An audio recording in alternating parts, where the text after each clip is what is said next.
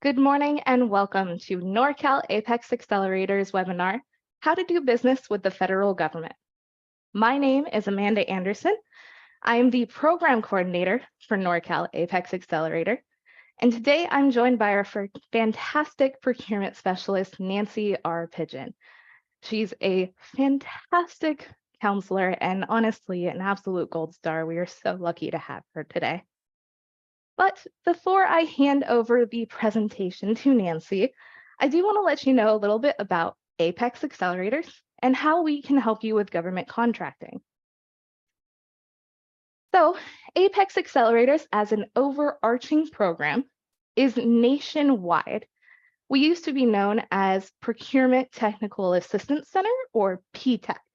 You may have heard that name all around, but we're being rebranded as APEX Accelerators under a new grant from the federal government.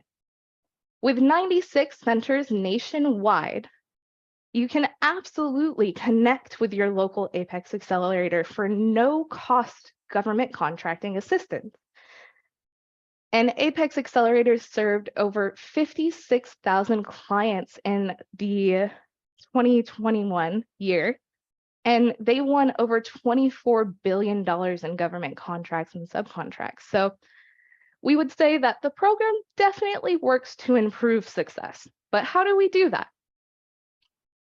Well, at Norcal APEX Accelerator, we do that in three main pillars.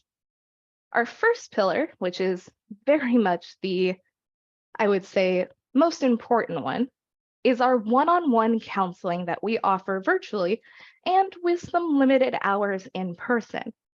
This is where once you apply for services and are accepted, you'll be matched with a procurement specialist, just like Nancy or one of the other fantastic specialists on our team.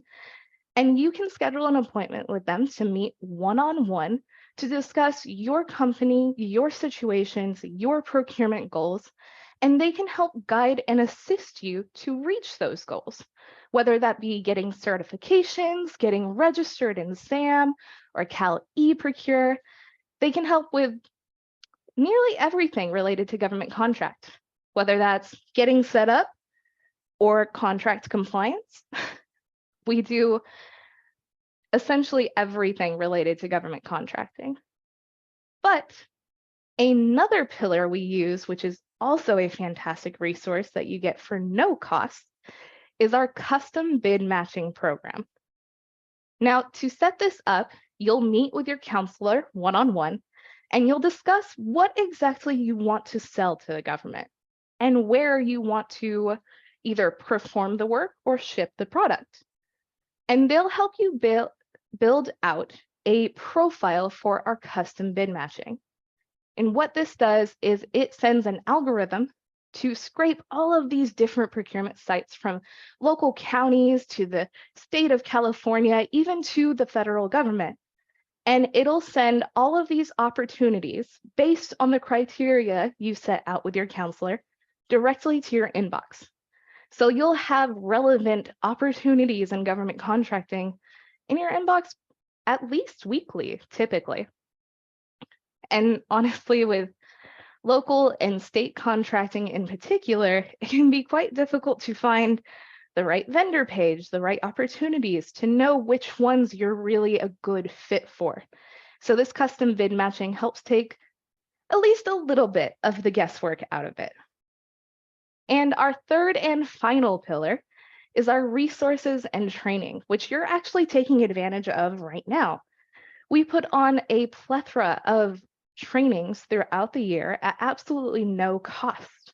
And just like this one, you can attend either virtually, which we do often, or you can try to attend some of our in-person events, which we are getting back to after the pandemic. So we tend to slowly ramp up the number of in-person events.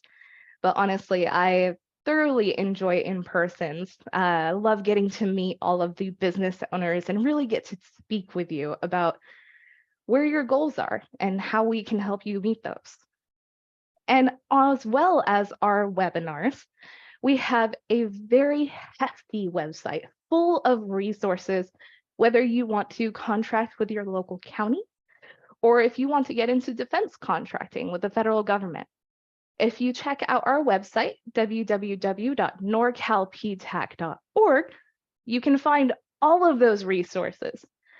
And if you are within our service area for Norcal APEX Accelerator, as you can see on the slides to the right, Northern Coastal California, you can sign up at that website to get in with your one-on-one counselor, to set up your custom bid matching, and get that assistance to reach your procurement goals. But again, even if you are not within our service area, we are a nationwide program with over 96 centers across the US. If you're not within our service area, you're definitely within another APEX accelerators. And you'll have a link to check that out and find your local center once we get these slides to you. And as a little feather in our cap, in 2022, our Norcal APEX Accelerator clients won over $900 million in government contracts. And so we help them with, like I said, anything and everything about government contracting.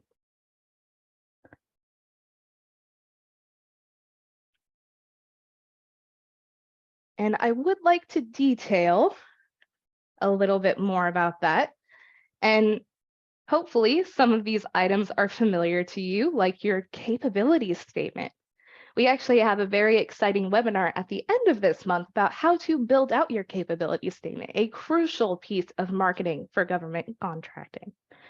We can help you with market research or proposal reviews when you find an opportunity you really want to go after. We help with post-award support and connecting prime contractors to subcontractors when they need them, even GSA schedules and SBIR, STTR. We can help with, again, anything related to government contracting at absolutely no cost. So make sure to sign up for your local APEX Accelerator today. And I will go ahead and pass this over to Nancy for this fantastic presentation we have for you.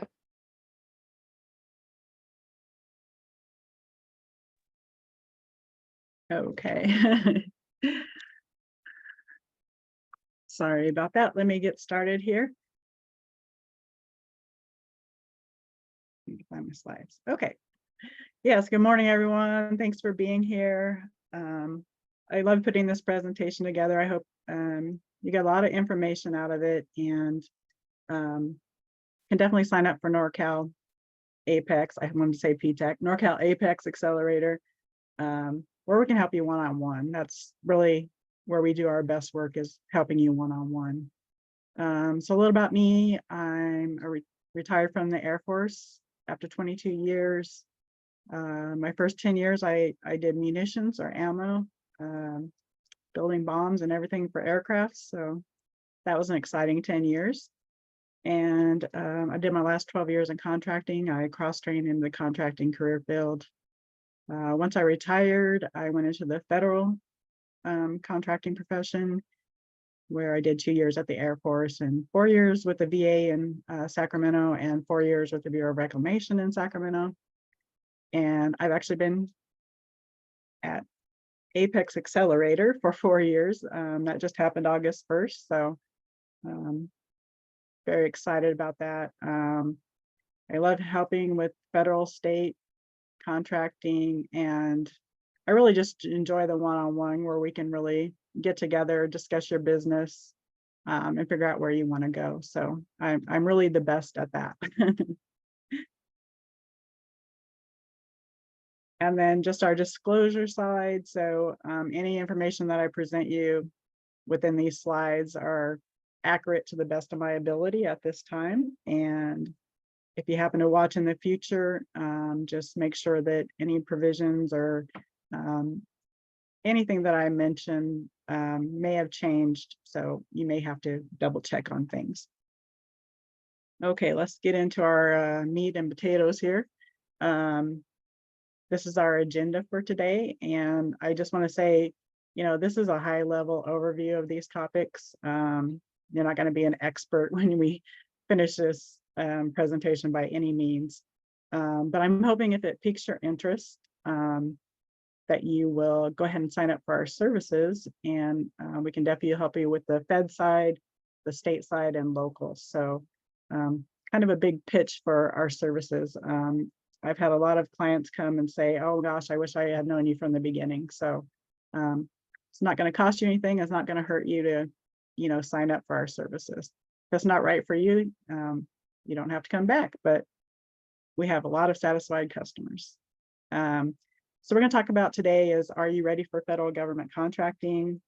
Talk about the North American Industry Classification System, the NAICS codes and product and service codes, PSC codes, the SBA size standards, the System of Award Management registration, and the small business certifications and the capability statement.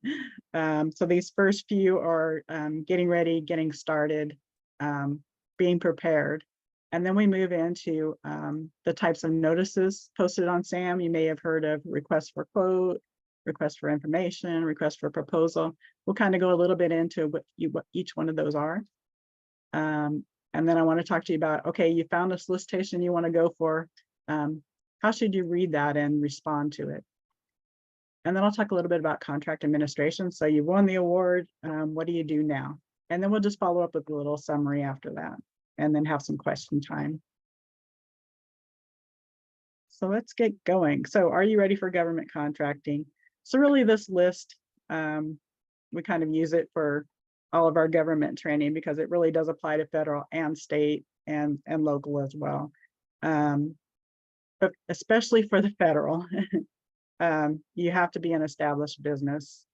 You have to be out there making money and have yourself set up for success.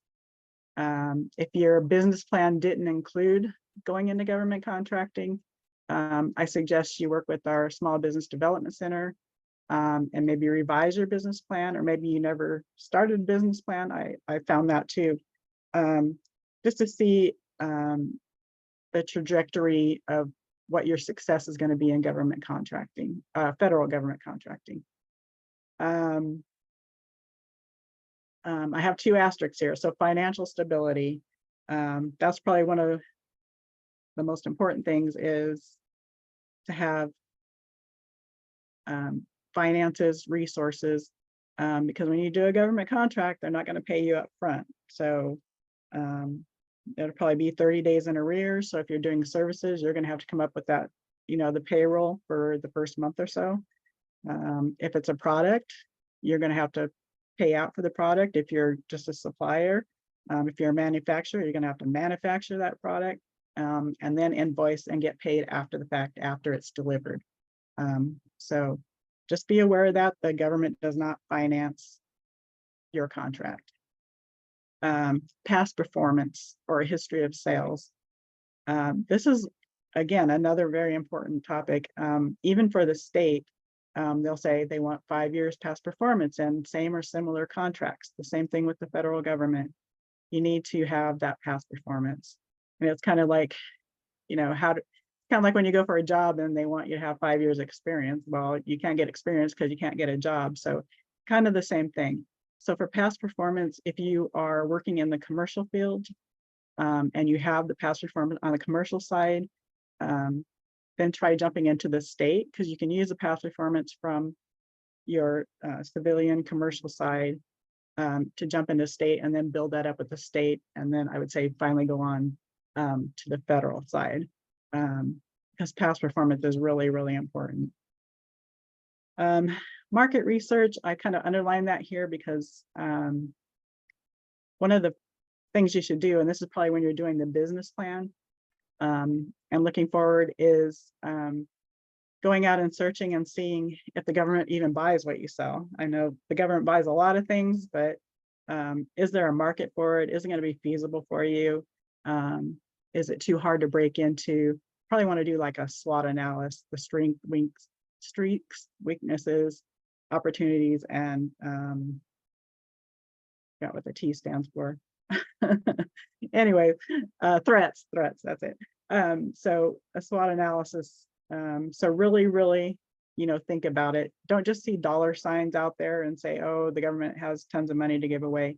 It's a really lot of hard work for a business owner to get into government contracting, especially federal government contracting. And then finally, our last thing, we're in a e-commerce world. If you don't have a website, you need to get a website if you're going to work in government contracting, because you're going to send them your capability statement. The first thing they're going to do is go look at your website. If you don't have a professional website, then they're going to be like, okay, is this really a legitimate business?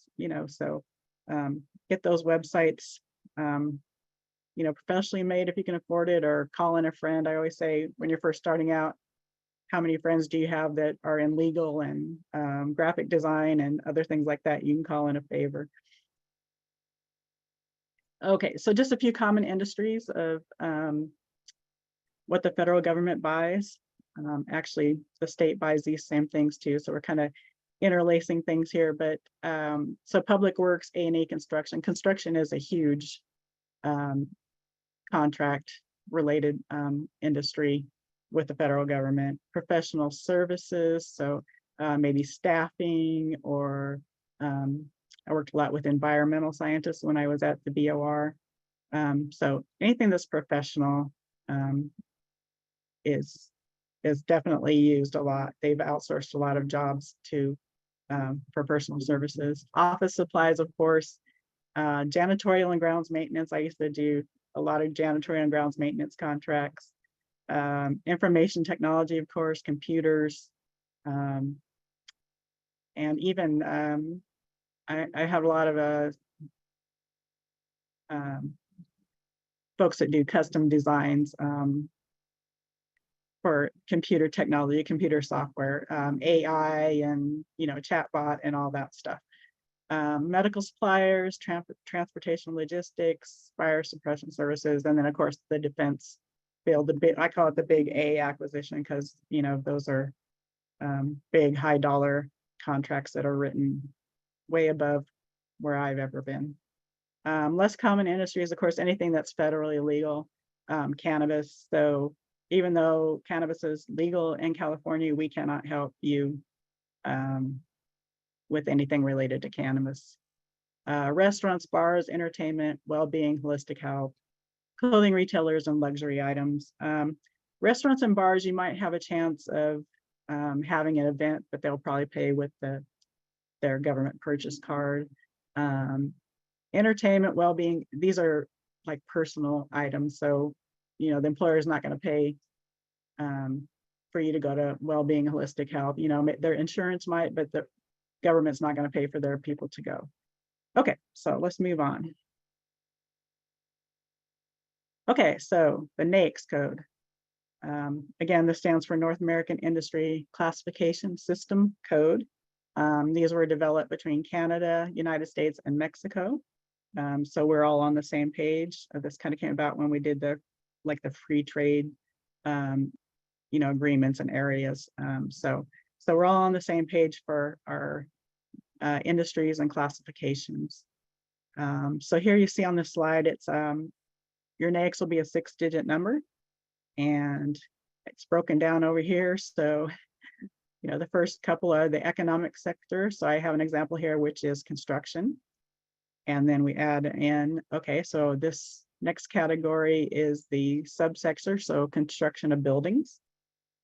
And then we add in residential building construction, and again, residential building construction. So it has an industry group and a NAICS industry. And then finally, we get down to the 6 digits. So it's construction of buildings, and then new single family housing construction, except for sale builders. And then there's several categories under that. You could have all 4, if you do all, is that 4? All 4 things, you can have all 4 NAICS as your NAICS. You just have to choose a primary. So you can have more than one NAICS when you go to register in SAM. And all the solicitations that you're going to be reading are classified by NAICS codes. So when you're searching for your code, it's really, really important to get the right codes that match what you do. But as you can imagine, there are some really, let's just say not all NAICS are going to match exactly what you do, especially if you're into a lot of the technology stuff. The NAICS just really haven't caught up with technology. So there's, it's hard to find things that are artificial intelligence or, any of the new stuff coming out. So you just have to pick the best one that's the closest. And I will say, come to your counselor. We look up NAICS all the time, so we can probably narrow it down for you. We can even go research, put in a keyword, find who's bought in that NAICS code and, or not NAICS code, but bought that keyword and then find out what NAICS code the government used for that. So we have ways of figuring it out for you. So come on down, be a client. I'm just looking through my notes here. I did want to say one thing that sometimes people don't pay attention to is that when you get your federal tax ID for your business, you usually have to give them a NAICS code. You may have just picked something that looked good or, got confused by them. But once you do figure out your NAICS, make sure you go back to the IRS and change it if it's not the appropriate one. And the reason for that is sometimes when you put in certification applications, if the NAICS you're going to use on the application doesn't match what you gave to the IRS, there could be an issue. So that's the only reason I bring that up. And then the product service codes, they're a 4-digit code. They describe products or services or research and development. Not a huge deal for services, I'm going to say, and that's just my opinion. For products, yes. You want to find your product PSC code and have that in SAM. And that's because if the NAICS isn't right, the PSC code might be right when you're looking at a solicitation because they put the PSC code at the item level on your contract. So, or on the solicitation, there will be a PSC code. And that is just to delve a little bit more into what the product or service is. I did give a link here to look at PSC codes. Might be hard finding the services. I've always had trouble finding the services one. So do your best. And again, come see me if you need help with that. Okay, SAM registration. Okay, so this is, you've determined you're ready for Fed contracting and you've determined what your NAICS and PSC codes are, then you're ready to register in the System of Award Management. And you have to be registered in SAM in order to do business with the federal government. This is how the government verifies that you're a legitimate business and ready to do business with the feds. It will also determine if you are a small business based on your NAICS code and either your employee number or your annual revenue. So we'll fill all that out. And then once it's submitted, it's going to go for further check at the Defense Logistics Agency to be signed a CAGE code. And the CAGE code is their verification that your business is located where you say it is. It's located in the United States. Verifies it that's your the actual physical address where you do your business. You can't use a PO box. You can't use mailbox, etc., or UPS or any of those things. A virtual office may be okay, but you have to have a lease and you have to be able to specify where at in the building your virtual desk is. So trust me, I've been through all these things. There's a lot to go through in SAM, and I just highly recommend you get an APEX Accelerator or anyone else who does it for free to help you with your SAM registration. So you'll need these items to register: your tax ID, business bank account routing number, a bank phone number, your average annual revenue over the past 5 years, or however many years you've been in business. All employees over the past 12 months, that's all employees. And then for the first time registration, if you're not in the SAM database, you may have to upload your incorporation documents, your statement of information, and other information that shows it's a legitimate business. Then you'll have to wait to go back and do the registration once they add you to their database. Okay, so I talked a lot about small business size standards. If you want to check if you are a small business prior to going into SAM, they do have this small business size determination tool. So what you'll do is put your NAICS in, and then it'll probably, based on the NAICS, it'll ask you how many employees or the revenue over the past 5 years or however many years you've been in business. Normally for manufacturing NAICS, it's typically employees. For services and other things like that, it's usually revenue. So just so you know, that's a little bit of a distinction in if you're going to be doing employees or revenue. You can go in and use this tool, and then it says, in addition to meeting the numerical standard for small business, you must be a for-profit business of any legal structure, so LLC, corporation, be dependently owned and operated, not be nationally dominant in its field, and be physically located and operated in the US or its territories. Okay, so that's how you can look up your small business. And then my last note down here is the government sets aside contracts just for small businesses each year. So that's why this is so important. At least 23% of the annual contract awards must go to small businesses. And in 2022, small businesses were awarded $154.4 billion out of probably $600 billion spent, which was 25.4% of all the acquisition spend. So that's why it's important to make sure, you know, if you're a small business and whether it's an employees or revenue, so that when you're getting close to those, you'll realize that you're not going to be a small business anymore. So socioeconomic. So we got SAM, we know we're a small business. And so when you register in SAM, it's called self-certify. So you'll be self-certified as a small business. You'll be recognized for your NAICS and, you know, personnel or revenue. If you are a small disadvantaged business, which means you're a minority or native owned, or you have some other type of classification that's going to classify you as a small disadvantaged business, you will also self-certify in SAM for that. I'm not sure if they're going to change that. They keep adding new certifications that have to be applied for. I'm not sure if they're going to change that one. But as of right now, you'll self-certify as a small business and a small disadvantaged business if you qualify. The other socioeconomic certifications shown here are pretty self-explanatory. Woman-owned small business. There's a lot to go in it, but basically you have to be 51% owned by women, and the women have to control the day-to-day of the business. Veteran-owned small business. So there is a VOSB, veteran-owned small business, and a service to disabled veteran-owned small business. These used to be certified through the VA, but now they moved to the SBA. So there's a whole new site for certifying.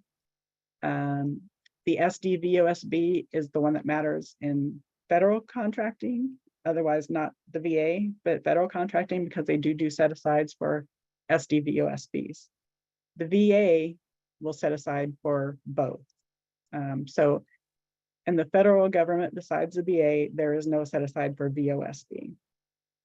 Hub zone is a historically underutilized business zone. So in cities where it may be low income or low employment, if you put a business there and you hire from within the hub zone, 35% of your employees have to work and live in a hub zone. You can get the hub zone certification. And again, that's another set aside to build up those underutilized business areas. And then 8A, it's not really a certification, it's a business development program. And I get new clients all the time saying they want to get an 8A, and they think contracts are going to land in their lap and life is going to be joyful. You can receive sole source awards under the 8A. However, the 8A program is for well-established businesses with 2 to 3 years of successful government contracting under your belt, and a very good understanding of federal government contracting. So it's not for everybody. I always turn the ones away who, just set up their business and want to get an 8A because everyone tells them they have to get an 8A, and that's just not true. Let's see. And again, I don't recommend going alone on doing these certifications. Please come to us or find someone else that can help you through these. They're very complicated to get through and require a lot of documentation, but it'll be worth it in the end to have those certifications and be able to take advantage of the set-asides for each one of them. It kind of kicks out some of your competition if it goes WSB, VOSB, Hub Zone. It limits the field to just those who have those certifications. Okay, capability statement. I'm just going to check my time real quick. Okay, I want to leave enough time for questions. Capability statement, and Amanda went over this really good in her intro. But so once you're registered in STAM, received your certifications you qualify for, you'll want to develop a capability statement. And you can actually start this, from the first day that we meet for counseling. You can start working on it. It doesn't have to happen after all the registrations. You can start drafting it, adding your information, and then as you complete your registration certifications, you can add those to your capability statement. So here's what goes into it. It's a resume for your business. It should be 1 page, just so when you're handing it out, everything's right there on the single page. You can create multiple versions to target different agencies. So like when you did your market research and you found out, your best match was the Bureau of Reclamation, you'll want to check the Bureau of Reclamation and tailor tailor your capability statement to that agency, and then you will send it to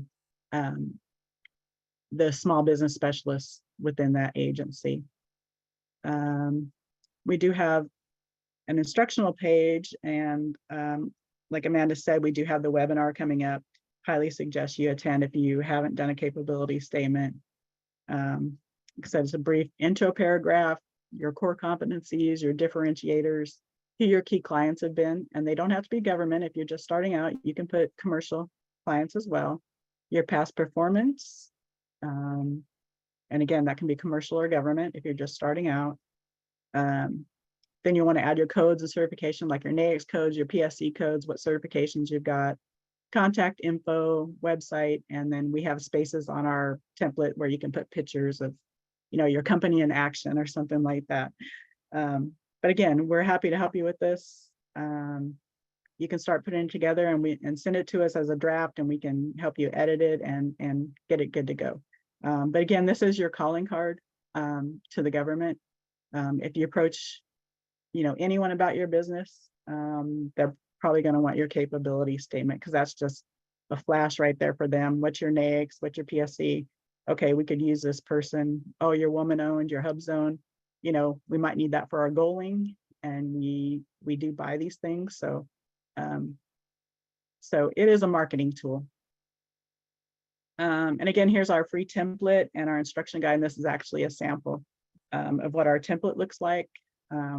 Just revamped our whole capability statement thanks to James Forrest, one of our counselors, and I believe he's putting on the webinar as well. So so go ahead and take a look at the template, instruction guide, and then if you want samples in your industry, just Google capability statement for landscaping, manufacturing, whatever you do. There's plenty of examples out there, but do make a link on your website with your capability statement, just your standard general capability statement. Okay, so now we've talked about what to do to get started. So we walked through NAICS codes, certifications, registering in SAM, and doing the capability statement. So now you should be ready to start looking for opportunities, right? I thought it would be good. I like this circle because a lot of people don't understand how the acquisition cycle goes, you know. So I just want to talk about it for a minute.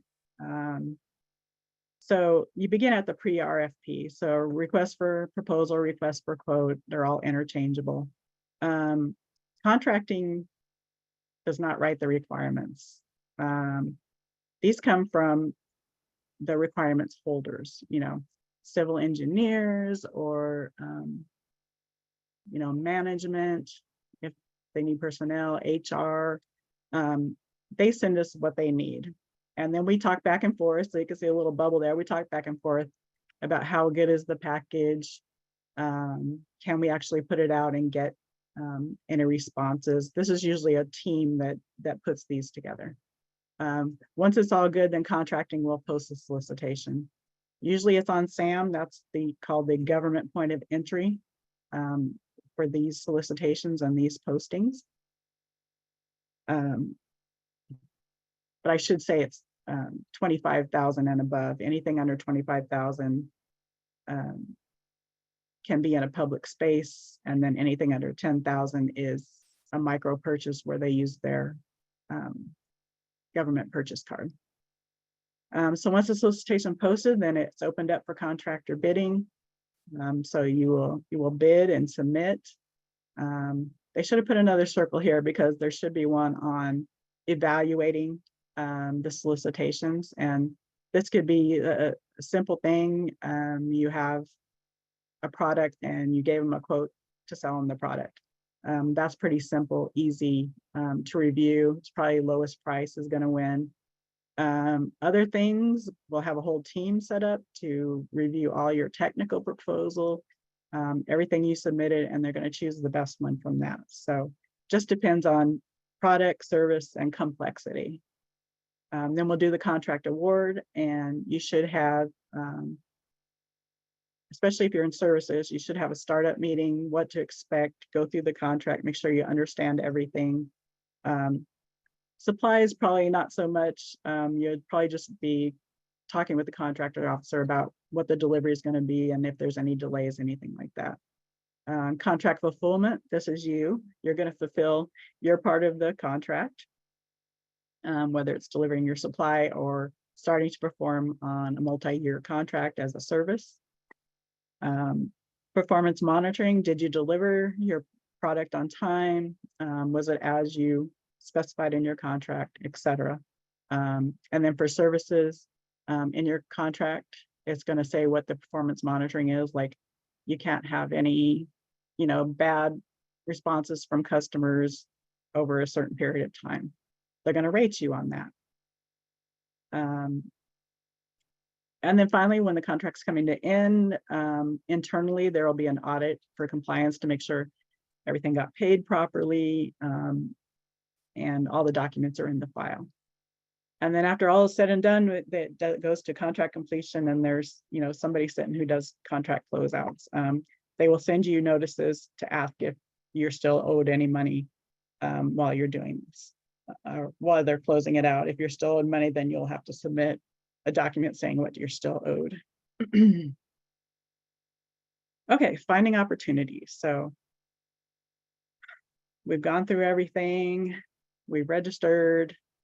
We know how this cycle works. So how do we find our opportunities? So our big one, of course, is bid match, which Amanda, you know, hit on quite a lot in her intro. And this is really good. There's a lot of pay sites out there. I don't have anything for or against them. I just don't like to see our clients being taken by any of them. So if you're going to do that, just make sure you investigate it really well. But we do have sam.gov, of course, because it's the public, it's the government point of entry for solicitations. There is FedConnect. You probably don't hear about that one too much, but in the BOR, and I think other agencies use it as well. If anything is between 10 and 25,000, it has to be posted in a public area. And so I would use FedConnect. It wouldn't get posted to SAM, just FedConnect, because that's posting it in a public place. So you might check that out if you are interested in those. They do put larger things out there too, but that's what I used it for. This is new, the PIEE, the Procurement Integrated Enterprise Environment solicitation module. You'll just have to go out and play with it and see if anything comes up. I think you can search by NAICS or keyword. Again, it's just starting out, and I don't know if there's any flaws in it or, how robust it is. And then there is an iSearch, and this is kind of put on by the folks who do our bid matching outreach systems. So there is a search capability in there too. And again, I'm just giving you free things that you can look at. There's always services you can sign up that are going to, like I said, send you solicitations. But if you're first starting out, you probably don't want to spend all that money on an annual thing from them. Okay, and then market research. I know I spoke earlier about market research. So these two sites, FPDS Spending, Federal Procurement Data System, and the usaspending.gov, you can find past contracts on those. So you can see how much money is being made in your industry, who the top contractors are. If you want to do any type of subcontracting to a prime, you can always reach out to them. And then a little note thing is the forecast of opportunities. And I'm checking my time. Okay. Forecast of opportunities every year, usually September 30th, October 1st. Agencies have to post their forecast of opportunities for the next fiscal year. And so this is a good opportunity to see what they have forecast, because they always forecast in advance for the money that they have coming from Congress. That way they know how to budget their year. And those are the projects that they've determined that they're going to work on that year, and they're putting the money towards. So this is required by law to give small businesses an opportunity to see what is coming up in the next fiscal year. It's usually posted by the fiscal year quarter of when they think the solicitation is going to be posted. There's point of contacts out there that you can contact to, maybe it's past that quarter and you haven't seen anything on it. You say, are you planning on doing it this quarter or next quarter? Or has it been canceled? Because they don't always keep the opportunities updated if it's been canceled or anything. So sometimes you have to delve in and find out. Okay, let's move along. I want to make sure I leave time for questions. So the types of SAM notices that you're going to see out there. The first one is request for information, RFI. And this is usually market research. I used to post these all the time because when you're a contracting officer, you have to determine what set aside you're going to do. Is it going to be small business? Can I find enough women-owned? Can I find enough hub zone that I can just set aside for hub zone? So this market research is a posting of, hey, we got this requirement. I'm looking to see if there are any women-owned business, small businesses that can meet our specifications or, the detail of our services. So I always recommend that you respond to an RFI. And you can do this simply by the capability statement, or they may have other information in there that they want. But typically it's your capability statement, and you can always tailor it to the request. So I highly encourage you to do that. That gets your name in front of a contracting officer. Request for quote. Okay, so you're requesting a quote for usually a non-complex supply or service, something off the shelf, or, a simple service that doesn't require a whole lot of technical evaluation or anything like that. And so those are usually requests for quote. Request for proposal is usually a complex supply, like something that has to be manufactured specifically for us or modified for us. It has drawings and all sorts of things. And then complex services. Something that's really going to have to be technically evaluated to make sure we select the right person, because it's going to be like a multi-year contract, and we want to make sure we select the right person from the beginning. There's a lot of hurdles to go through on an RFP. And I've noticed since I've been in APEX, that sometimes agencies don't always use these properly. Nothing I can do about it. It's, what the contractor decides to do, but sometimes they ask a lot of stuff in an RFP for something that can be simply done as an RFQ and vice versa. So just a note. Special notice, these can typically be justifications and approvals. So if you're going to sole source something, you have to post a justification and approval of why you're going to sole source it. And then you give other businesses an opportunity to reply saying, well, I can supply that too. It's not really a sole source. That's the whole point of that. Special notice may also be any type of industry day or special meetings or small business gatherings, that type of thing. They can post special notices for that too. And then of course, awards. So once something is awarded, they should post an award notice saying that it's been awarded to who and how much. So that's the basics of the notices in SAM. Okay, understanding the solicitation. So you want to read your solicitation very carefully and completely. Separate the sections. I always like highlight. And so what I normally do is I take the SF 1449 or whatever form that they have in the front that states, all the time it's due, the solicitation number, who's offering it.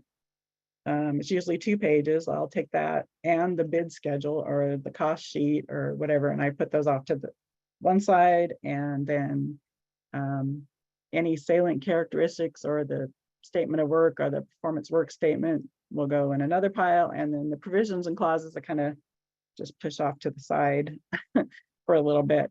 But then you want to find the section that states what's required to respond. So what do you have to give them in order to respond? Make a checklist. If it doesn't come with a checklist, I know the state of California is really good. They give you checklists for everything you have to submit. Federal government, not so much. So make your checklist. Then go in and read the salient characteristics or the PWS for services. Make sure you qualify. I get a lot of folks who send me solicitations that they haven't even read it, but they send it to me and say they're interested, and they don't meet the requirements. So just get in the habit of reading them, understanding them. And again, we can help you through all of that, no problem. Even if you just want to do it on a trial basis, I want to see about, how I would put this together. I may not necessarily require, I may not necessarily qualify for it, sorry. But I would like to try and put something together just so I know how to put something together. I do that quite a bit, actually. I help people do that. So, but again, just dive in there, highlight what you don't understand, highlight what's important, like how you have to respond and things like that. I like to print them out. Sometimes they're too big to print out, but you can always highlight them in PDF, and I separate them out in PDF too. I'll separate each section. Okay, so you want to submit your quote now. So pull out that all important checklist that you made stating what needs to be turned in. So for an RFQ, typically you're going to turn in the signed 1440. I'm just going to use 1449. I know there's other forms out there, but the signed 1449, your bid schedule or quote sheet. If it's supply, the salient characteristic that matches what they're asking for. If they ask for a brand name and you're going to give them an alternate, then you need the salient characteristics of the alternate and how it compares with what they're asking for. An RFP is typically, again, the signed 1449, your bid schedule. Usually they're going to want a technical proposal where you have to go through the PWS and write out how you're going to do everything in their technical section, and then usually references. So that's typically what you're going to put in an RFP. It may be more complicated than that. I'm just, giving you the basics here. Then submit the packages stated in the solicitation. If it has to be mailed, make sure you mail it in plenty of time to get there. If it's after the deadline, they're not going to look at it. If you're emailing, don't wait till the last minute to email it. Please make sure you have it ready and you mail it the day before it's due, or even sooner. As soon as you have it ready, submit it. Unless you're waiting to see if any amendments come out, that's a good option, but don't wait till the last minute. I have a lot of people who wait till the last minute and then they get panicked. Okay, contract administration. So you won the contract that you worked so hard to try to get. Please read your contract. If you don't understand anything, get with a contracting officer and ask questions. Make sure you understand it. Make a note of all your milestones or delivery dates, or understand, I have delivery on there twice, understand the performance metrics, so how you have to perform and how you're going to be rated. How are you going to invoice? It should be in the contract. If you have a multi-year contract with a base and 4 option years, say, don't rest on your laurels, because your performance is going to determine whether you get the next option year. They don't have to give it to you. They may have awarded it that way, but if you don't do a good job, they don't have to give it to you. So again, performance, performance, performance. Your performance on this contract is going to go into your next contract. Just remember that. If it's over $250,000, they're going to rate you in the CPAR system, the Contractor Performance Assessment Reporting System, and that's going to follow you forever. Anytime you submit a solicitation, they're going to go check that and see how well you performed.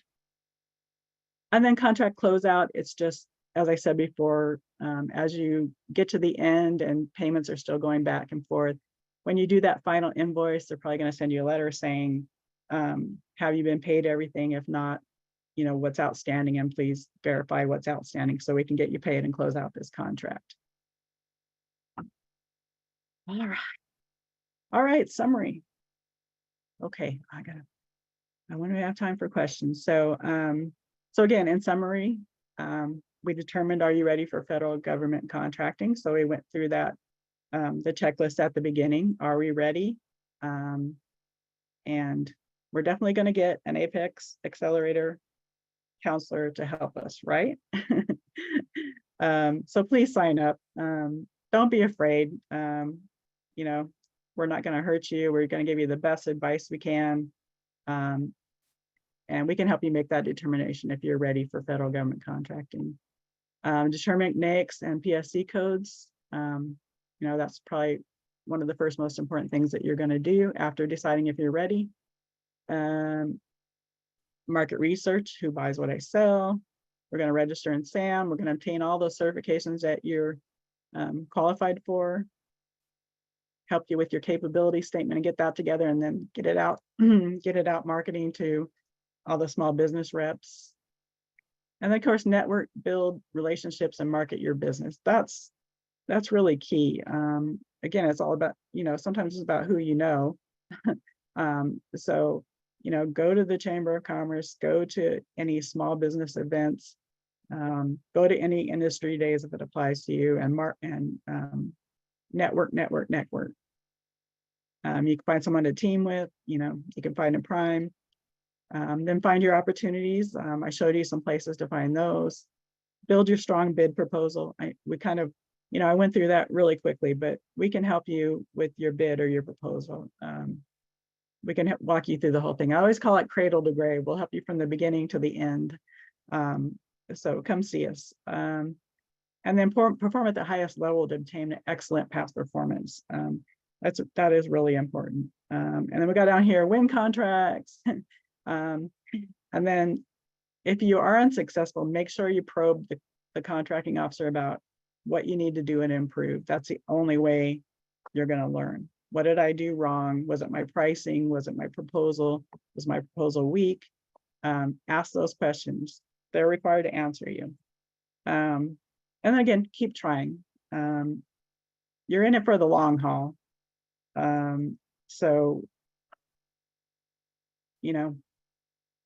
do what you have to do stay in the market if that is really what you want to do. If it's going to be too much work for you, and it is a lot of work, it may not be right for you. So again, I'll plug Accelerator. I think Amanda's going to come on and talk about this page, but please Yeah, come. I'd be happy to. Yeah, please come see us. We're not, we're here to help you. That's what we live for. Absolutely. And whether you're in our NorCal service area, Monterey Bay's service area, or somewhere else in the US, there's bound to be a local Apex Accelerator that can help you at absolutely no cost. And that's what we're here for. We're here to help you contract with the government. So why not sign up with us? Now, very quickly, before we go into questions, I do want to let you know a little bit about our upcoming other trainings, particularly the secrets to an effective capability statement on August 29th. That's applicable whether you're doing local, state, or federal contracting. So absolutely a can't miss event.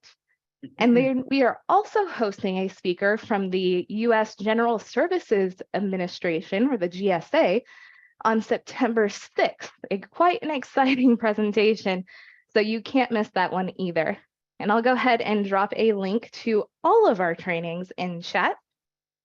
So you can go ahead and after this Q&A session, go ahead and check out and maybe sign up for some more of our events. Whoop. And with that, we do have a few questions, but we are running a little short on time. Yeah, I'm sorry. Sorry, That's everyone. absolutely fine. I see there's only a few questions, so hopefully we can. Yeah, it's a very huge presentation, a lot of information. So if we don't get to any of your questions, we will be snipping the questions that you have asked, and we can email you the responses after the fact. So you'll be getting an email from us today with answers to the questions. Yeah, definitely. But one question we have from Mel is, can a sole proprietor get a SAM number, or do they need to be an LLC or corporation? No, you can do a sole proprietor, LLC, corp, subcorp, any of those you can register in SAM. It's no problem. Fantastic. And then because of the time, we'll go ahead and do one more question. Henry was asking if you could talk about IDIQs a little, and are small businesses able to qualify for those contracts? Yeah, IDIQ is an indefinite delivery, indefinite quantity contract. And so what they do is they set up a contract with, say, your pricing or your services, and they have it on hold. And then when a service pops up that they need, they will send out a request for a quote or request for a proposal, and have you send that into them, and then they can just write a contract off of that. They may compete it, they may just come straight to you. But that once they set them up, they're not required to advertise any of those proposals. So so that's what IDIQ is. Small biz, you could be able to qualify for those if you offer what they're asking for when they put the IDIQ out. And sometimes I write more than one IDIQ for the same product or service so that they can compete amongst those contract holders. So they're usually looking for, they may have an other than small, they may have a small business, they may have some other socioeconomics in that, so that they're meeting their goals throughout while using that IDIQ. I hope that answers your question, Henry. It's just a matter of looking for one. They don't always drop in your lap. So, and if you've been in a business a while, attend the GSA meeting, the General Service Administration, because their contracts are like BPAs or IDIQs. You're just on their schedule, and government can come order from you without having to advertise or anything like that. So I hope that answered your question, Henry. Fantastic. And with that, we'll go ahead and wrap up our Q&A. We did not get to all of the questions, but we will be emailing out answers for those questions to you a little later on today. And before you all leave us for the day, I do want to thank you for joining us. And if you feel inclined, please do fill out our feedback survey. We immensely value your feedback, both on the presentation content and the way we present. We read That's all good. of the feedback, and because we are here to assist you, we always love to hear how we can assist you better. Yes, please fill out the feedback. I'm always interested in what is written there. Absolutely. And if you need any more information, any more details about the topics that were discussed in today's presentation, please do make sure to reach out to your local APEX Accelerator, whether that's us or some other 96 center nationwide. We'll definitely be able to get you more details and assist you through this government contracting process. And with that, thank you so much for joining us today, and I hope you all have a fantastic rest of your day. Bye, everyone. Thanks for attending.